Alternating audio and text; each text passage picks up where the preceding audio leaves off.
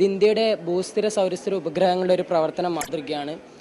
ഭൂസ്ഥിര ഉപഗ്രഹങ്ങൾ ഏകദേശം 36,000 കിലോമീറ്ററിൽ സ്ഥിതി ചെയ്യുന്നു. ഇന്ത്യയുടെ വാർത്താവിനിമയ രംഗത്ത് വൻ കുതിച്ചുചാട്ടം നടത്തുന്ന ഒരു സാങ്കേതിക വിദ്യയാണ് ഇത്. ഈ കാലഘട്ടത്തിൽ ഇന്ത്യ എന്ന മഹാരാജ്യത്തിന് ഉപഗ്രഹത്തിനെ കൊണ്ടുള്ള നേട്ടങ്ങളെക്കുറിച്ചുള്ള കൂടുതൽ കാര്യങ്ങൾ പ്രതിപാദിക്കുന്ന ഒരു മോഡലാണ് ഇവിടെ അവതരിപ്പിച്ചിരിക്കുന്നത്.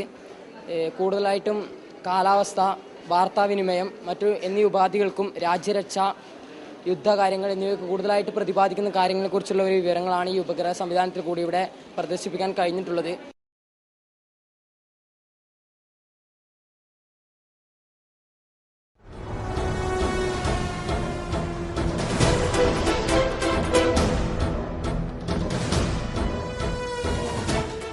ഞങ്ങളുടെ വിഷയം എന്ന് പറയുന്നത് അന്തരീക്ഷത്തിലെ ചില പ്രതിഭാസങ്ങളാണ്. മാത്രമല്ല ആഗോളതാപനത്തിൻ്റെ എഫക്ട്സും ഞങ്ങളുടെ ഈ ഒരു മോഡലിലൂടെ അവതരിപ്പിക്കുന്നുണ്ട്. ആഗോളതാപനത്തിൻ്റെ ഫലമായിട്ട് ഉണ്ടാകുന്ന ഒരു പ്രതിഭാസമാണ് മഞ്ഞുരുകൽ. വ്യവസായവൽക്കരണത്തിൻ്റെ ഫലമായിട്ട് പുറത്തു വരുന്ന കാർബൺ ഡൈ ഓക്സൈഡ് അന്തരീക്ഷത്തിൽ തങ്ങി നിൽക്കുന്ന അവസരത്തിൽ അത് മഴയായിട്ട് കടന്നിട്ട് അമ്ലമഴയ്ക്ക് കാരണമാകുന്നുണ്ട്. അപ്പോൾ ആ ഒരു മോഡലാണ് ഞങ്ങളിവിടെ കാണിച്ചിരിക്കുന്നത്. മനുഷ്യരെ സംബന്ധിച്ച് കുറേയധികം പ്രശ്നങ്ങൾ ഉണ്ടാക്കുന്നുണ്ട്. ഉദാഹരണം പറയുകയാണെങ്കിൽ കുട്ടികളുടെ വളർച്ചയെ അത് മുരടിപ്പിക്കുന്നുണ്ട്. മാത്രമല്ല ഭക്ഷ്യക്ഷാമത്തിന് വരെ അത് കാരണമാകുന്നുണ്ട്. സസ്യങ്ങളുടെ വളർച്ചയെ അത് മുരടിപ്പിക്കുന്നുണ്ട്. അപ്പോൾ ആ ഒരു തീമാണ് ഞങ്ങളിവിടെ കാണിച്ചിരിക്കുന്നത്. മറ്റൊരു കാരണം എന്ന് വെച്ചാൽ ആഗോളതാപനത്തിന് കാരണമായ ഒരു ഹരിതഗൃഹ വാതകമാണ് മീഥേൻ. മീഥേൻ ഉണ്ടാകുന്നതും ഞങ്ങളുടെ മോഡലായിട്ട് ഇവിടെ കാണിച്ചിരിക്കുന്നുണ്ട്. എന്നുവെച്ചാൽ ഇലകൾ അഴിയുമ്പോഴാണ് മീഥേൻ ഉണ്ടാകുന്നത്. അതുകൊണ്ട് തന്നെ ഇതിന് ചതുപ്പ് വാതകം എന്നുള്ള ഒരു വിശേഷണം വരെ കിട്ടിയിട്ടുണ്ട്. ഇനി ആഗോളതാപനത്തിന്റെ ഫലമായിട്ടുണ്ടാകുന്ന ചൂട് അന്തരീക്ഷത്തിലെ വിവിധ പ്രദേശങ്ങളിൽ മർദ്ദ വ്യത്യാസത്തിന് കാരണമാകുന്നത്. അപ്പോൾ അത്തരം പ്രദേശങ്ങളിൽ സൃഷ്ടിക്കപ്പെടുന്ന ഒരു പ്രതിഭാസമാണ് ചക്രവാതം. ചക്രവാതത്തിന് ഒരു ഉത്തമ ഉദാഹരണമാണ് ഞങ്ങൾ തമിഴ്നാട്ടിലും നമ്മുടെ തലസ്ഥാന നഗരിയിലും ഉണ്ടായ താനെ ചുഴലിക്കാറ്റ്.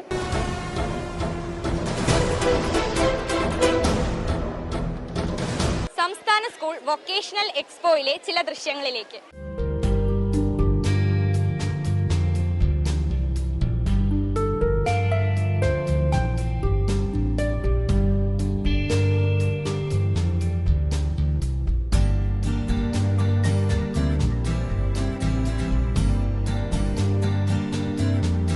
ഞങ്ങൾ രാമവർമ്മപുരം സ്കൂളിൽ നിന്നാണ് വരുന്നത്, തൃശ്ശൂരിൽ നിന്നാണ് വരുന്നത്.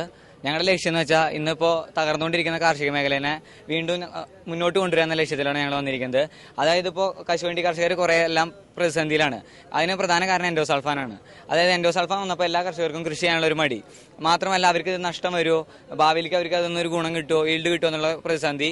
പിന്നെ അവർക്ക് ഈൽഡ് കിട്ടുന്നില്ല. വിചാരിച്ചപ്പോൾ നട്ട് മാത്രം മുന്നിൽ കണ്ടാണ് ഒരു കർഷകൻ കശുമാങ്ങ കൃഷി ചെയ്യുന്നത്. പക്ഷെ അത് മാത്രമല്ല, ഇപ്പം ഞങ്ങളുടെ സ്കൂൾ അത് മുന്നോട്ട് വയ്ക്കുന്നത്, രാമവർമ്മപുരം സ്കൂൾ അതിന് മുന്നോട്ട് വയ്ക്കുന്നത് കാശുമാങ്ങയിൽ നിന്ന്, അതായത് കാഷ്യൂ ആപ്പിളിൽ നിന്ന് കൂടുതൽ പ്രൊഡക്ട്സ്, അതായത് ഒരു 101 പ്രൊഡക്ട്സ് ഞങ്ങൾ ഉണ്ടാക്കാനായിട്ട് പറ്റും കശുമാങ്ങയിൽ നിന്ന്. ഇത് കാഷ്യൂവിൽ നിന്ന്, അതായത് കശുമാങ്ങയിൽ നിന്ന് ഉണ്ടാക്കുന്ന അച്ചാറാണ്. ഇത് സിറപ്പ്, അതായത് നമ്മൾ സ്കാഷാണിത്. ഓരോ ബോട്ടിലായിട്ടാണ് ഞങ്ങളിത് ഇറക്കുന്നത്. പിന്നെ ഇത് ക്യാൻഡി, കശുമാങ്ങയിൽ നിന്ന് ഉണ്ടാക്കുന്ന സ്വീറ്റാണിത്. അത് നമുക്ക് നടന്ന് കഴിക്കാൻ പറ്റുന്ന സ്വീറ്റ് ആയിട്ടുള്ളതാണ് ക്യാൻഡി. കശുമാങ്ങയിൽ നിന്ന് പൗഡറിൽ നിന്ന് ഉണ്ടാക്കുന്ന ചോക്ലേറ്റാണിത്, കശുമാങ്ങ ചോക്ലേറ്റ്. പിന്നെ ഞങ്ങൾ നട്ട് പ്രോസസ്സ് ചെയ്തിട്ട് കൊണ്ടുവന്നിട്ടുണ്ട്. അതായത് ഇതിനൊരു പ്രത്യേകത ഉണ്ട്, കൊളസ്ട്രോൾ രഹിതമാണ്. കാരണം എന്ന് വെച്ച് കഴിഞ്ഞാൽ നട്ട് വറുത്ത് കഴിഞ്ഞാൽ അതിൽ കൊളസ്ട്രോളിൻ്റെ കണ്ടന്റ് കൂടും. വറക്കാത്ത നട്ടിന് കൊളസ്ട്രോൾ ഉണ്ടായിരിക്കില്ല.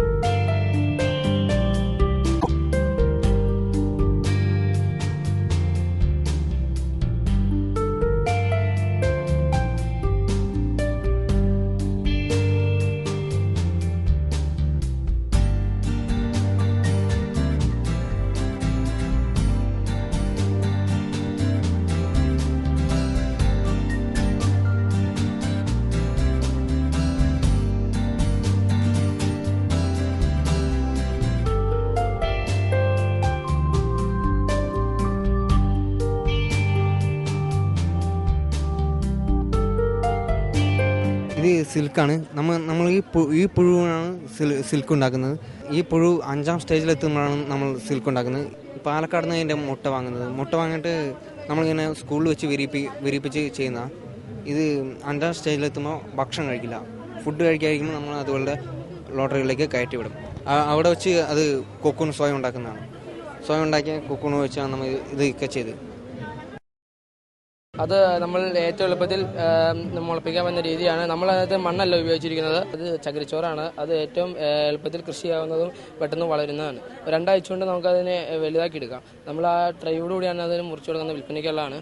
പിന്നെ ഇത് ഫോർമൽ ഗാർഡൻ അതിൻ്റെ ഒരു ഡിസ്പ്ലേ ഇട്ടാണ്. ഇത് ഒരു കോൺക്രീറ്റ് റൂഫിന് പകരമായിട്ട് നമ്മൾ ഉപയോഗിക്കുന്ന ഒരു റൂഫാണിത്. ഇത് സാധാരണ ഇപ്പോൾ മാർക്കറ്റിൽ അവൈലബിൾ ആയി വരുന്നൊരു സാധനമാണ്. ഒരു ബ്ലോക്ക് നമ്മൾ ലോ കോസ്റ്റ് ബ്ലോക്ക് എന്നാണ് പറയുന്നത്. ഇത് ഒന്ന് ചാനൽ എന്നാണ് പറയുന്നത്. ഒന്നിന് 27 രൂപ വരെ മാർക്കറ്റിൽ വരെ ഉണ്ട്. ഒന്നിന് 16 രൂപ വരെ ഉണ്ട്. പിന്നെ നമ്മളിതിന് റൂമിൻ്റെ സൈസ് അനുസരിച്ച് ഇതിനെ നിലത്ത് നിന്ന് കൺസ്ട്രക്ട് ചെയ്തിട്ട് മുകളിലേക്ക് കയറ്റാണ് ചെയ്യുന്നത്. ഇത് 3 സ്ലിറ്റ് ഉണ്ടാവും ഇതിന്.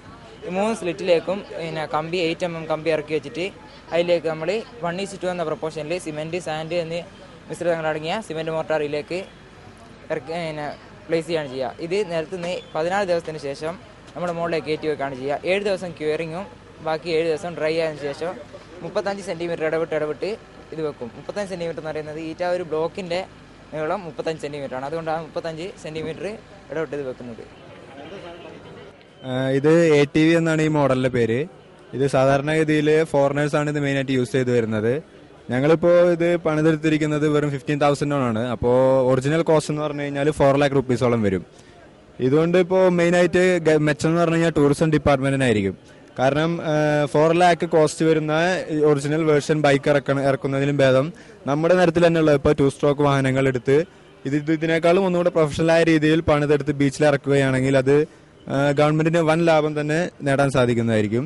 ഫോറിനേഴ്സ് വളരെ ഹൈലൈറ്റ് ആയിട്ട് ഉപയോഗിക്കുന്ന ഒരു സാധനമാണ് ഇവിടെ 4 വീലർ. അതായത് ബീച്ച് റൈഡിനായിട്ട് വളരെ ഹൈലൈറ്റ് ആയിട്ട് ഉപയോഗിക്കുന്നതാണ് ഫോറിനേഴ്സ്. പ്രോഡക്റ്റ് കം ട്രെയിനിങ് സെന്ററിൽ ഞങ്ങൾ ഉണ്ടാക്കുന്നതാണ് ഈ സാധനങ്ങളൊക്കെ.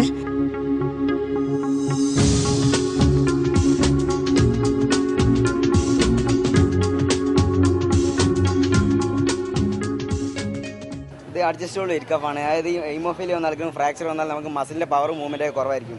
അപ്പോൾ നമ്മൾ വെയിറ്റ് ഇതിൽ എത്ര വെയിറ്റ് ഇട്ടാണ് നമുക്ക് ചെയ്യാൻ പറ്റും. അത് മസിലിൻ്റെ സ്ട്രെങ്ത്തിനും പവറും കൂട്ടാൻ വേണ്ടിയാണ് ഇത് മെയിനായിട്ട് ചെയ്യുന്നത്.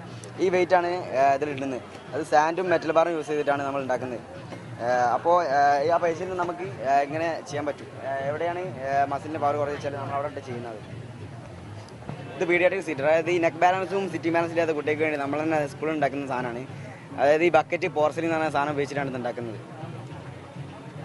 350 rupees നമ്മൾ മാർക്കറ്റ് കൊടുക്കുന്നത്. ഇതിൻ്റെ സെയിം സാധനം കിട്ടും. അത് മാർക്കറ്റ് കിട്ടും 3,000-4,000 രൂപ കൊടുക്കണം. ഞങ്ങളിപ്പോൾ പുളിങ്കം എന്ന് പറഞ്ഞ സ്കൂളിൽ നിന്ന് വരുന്നത് ഡെൻ്റൽ ടെക്നോളജി നമ്മുടെ സബ്ജക്റ്റ്.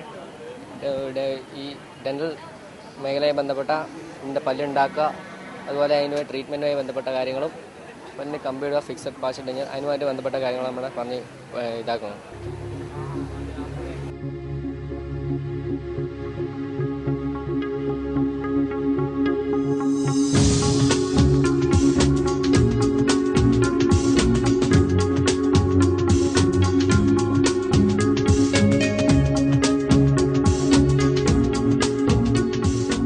വാട്ടർ ലെവൽ ഇൻഡിക്കേറ്ററാണ്. ഇതിലിപ്പോൾ നമ്മൾ യൂസ് ചെയ്തേക്കണേ ഇതാണ് ഇൻഡിക്കേറ്റർ. ഇതിലിപ്പോൾ വെള്ളം എന്തോരുണ്ടെന്ന് അറിയാനുള്ള ഒരു സംഭവമാണ്. ഇതിലിപ്പോൾ ലോ ടാങ്ക് വാട്ടർ ആണെന്നുണ്ടെങ്കിൽ ഇതിൽ ഈ റെഡ് ഇൻഡിക്കേറ്ററും, ഹാഫ് ടാങ്ക് ആണെന്നുണ്ടെങ്കിൽ ഇതിൻ്റെ ബ്ലൂ ഇൻഡിക്കേറ്ററും, ഫുൾ ടാങ്ക് ആണെന്നുണ്ടെങ്കിൽ ഇതിൻ്റെ യെല്ലോ ഇൻഡിക്കേറ്ററും കത്തും.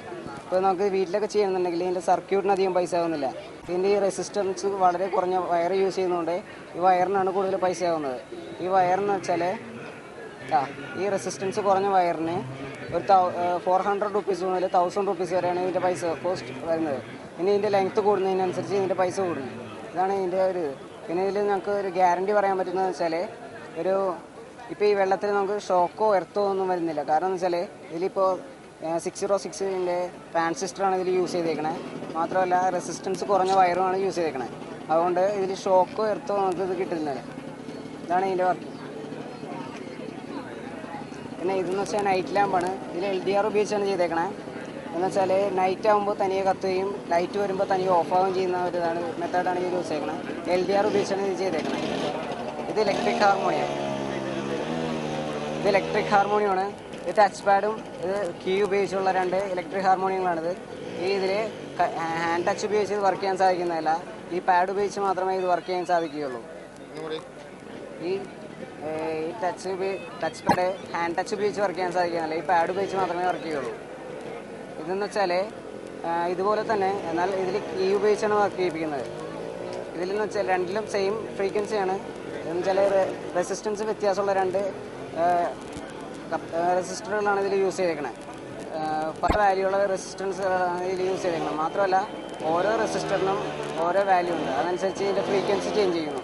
ഈ ഫ്രീക്വൻസി ചേഞ്ച് ചെയ്യുന്നതിനനുസരിച്ച് ഇതിൻ്റെ സൗണ്ടും വ്യത്യാസം വരുന്നത്. ഇതാണ് ഇതിൻ്റെ ഈ ക്ലാപ്പ് ലാമ്പാണിത്. ഇത് ക്ലാപ്പ് സൗണ്ട് ഉണ്ടാകുമ്പോൾ ഈ സൗണ്ട് സെൻസർ സെൻസ് ചെയ്യുകയും ഈ ലൈറ്റ് ഓൺ ആവുകയും ചെയ്യുന്നു. ഇതിൽ റിലേ, റെസിസ്റ്റർ, ഡയോഡ്, കപ്പാസിറ്റർ ഇതൊക്കെയാണ് യൂസ് ചെയ്തേക്കുന്നത് മെയിനായിട്ട്. ഇത് മാഗ്മൻ്റെ നൈറ്റ് ലാമ്പാണ് പ്രോഡക്റ്റ്. ഇത് LED നൈറ്റിൽ യൂസ് ചെയ്യാൻ നല്ല വെളിച്ചുണ്ടാവും. 9 hour ബാക്കപ്പ് കിട്ടും. സാധാ നോക്കിയൻ്റെ ചാർജറിൻ്റെ യൂസ് ചെയ്ത് ചാർജ് ചെയ്യാൻ പറ്റുന്നതാണ്. 45 മിനിറ്റ് ചാർജ് ചെയ്താണെങ്കിൽ 9 hour ബാക്കപ്പ് കിട്ടും. ഇത് ചിരട്ടാണ് ഇതിൽ യൂസ് ചെയ്തത്. ഒരേ സമയം ആൾട്ടർനേറ്ററായിട്ടും DC മോട്ടറായിട്ടും വർക്ക് ചെയ്യാൻ പറ്റുന്ന ഒരു ജനറേറ്ററാണ്. ഇവിടെ നമ്മൾ ഉപയോഗിച്ചേക്കെന്ന് പറഞ്ഞാൽ ഒരു സാധാ ഒരു മോട്ടർ, സാധാ മിക്സിയുടെ മോട്ടർ എടുത്ത് തന്നെ റീവൈൻഡ് ചെയ്ത് ഉപയോഗിച്ചേക്കാണ്. ഇവിടെ ആദ്യം നമ്മൾ ചെയ്യുന്നത് വെച്ചാൽ ഫീൽഡിലോട്ട് 12 watt DC സപ്ലൈ എടുത്തുകൊണ്ട് ആർമേച്ചറിൽ നിന്ന് DC വോൾട്ടേജ് പ്രൊഡ്യൂസ് ചെയ്യാൻ പറ്റും. അതേ കണക്കാണ് ഈ തത്വത്തെ നമ്മൾ റിവേഴ്സ് വെച്ചാൽ ഫീൽഡിലോട്ട് 12 watt DC സപ്ലൈ എടുത്തുകൊണ്ട് ആർമേച്ചറിൽ നിന്ന് DC കണ്ട് പ്രൊഡ്യൂസ് ചെയ്യും. പക്ഷേ ഈ തിയറി തന്നെ നമ്മൾ റിവേഴ്സ് ചെയ്യും. അതായത് ആർമേച്ചറിലോട്ട് 12 watt DC സപ്ലൈ എടുത്തുകൊണ്ട് കമ്മ്യൂട്ടേറ്ററിലോട്ട് 12 watt DC സപ്ലൈ എടുത്തുകൊണ്ട് ഫീൽഡ് വഴി 250 watt പ്രൊഡ്യൂസ് ചെയ്യാൻ പറ്റും. നമ്മൾ ആദ്യം തന്നെ ഹാൻഡ് ഓൺ ജനറേറ്റർ, അതായത് കൈ കൊണ്ട് കറക്കണം. നമ്മൾ സാധാരണ കൈ കൊണ്ട് കറക്കി കഴിഞ്ഞാൽ 400 RPM വരെ കറക്കാൻ പറ്റും. 400 RPM വരെ കറക്കി കഴിഞ്ഞാൽ മാക്സിമം 190 വാൾട്ട് വരെ പ്രൊഡ്യൂസ് ചെയ്യാൻ പറ്റും. മാത്രമല്ല ഇതിനകത്ത് നമ്മൾ 2 പോൾ ഉപയോഗിച്ചാൽ ഫ്രീക്വൻസി എന്ന് പറഞ്ഞാൽ 17 ഹെർട്സ് വരെ വരും. പക്ഷേ നമ്മളിതിനെ പോൾസിന് എണ്ണം, അതായത് 2 എന്നുള്ളത് 4 6 ആക്കുകയാണെങ്കിൽ പോൾസ് എണ്ണം കൂട്ടുകയാണെങ്കിൽ നമുക്ക് 50 ഹെർട്സ് വരെ പ്രൊഡ്യൂസ് ചെയ്യാൻ പറ്റും. ഇത് 3000 RPM വരെ മാക്സിമം സ്പീഡിൽ കറക്കിയാൽ മാത്രമേ നമുക്ക് 250 വാട്ട്സ് പ്രൊഡ്യൂസ് ചെയ്യാൻ പറ്റും. അപ്പോൾ നമുക്ക് അതിന് പകരമായിട്ട് നമുക്ക് ഹൈ എഫിഷ്യൻസി കൂടിയത് ഡീസൽ എഞ്ചിനോ പെട്രോൾ എഞ്ചിനോ ഉപയോഗിച്ച് കറക്കാൻ പറ്റും.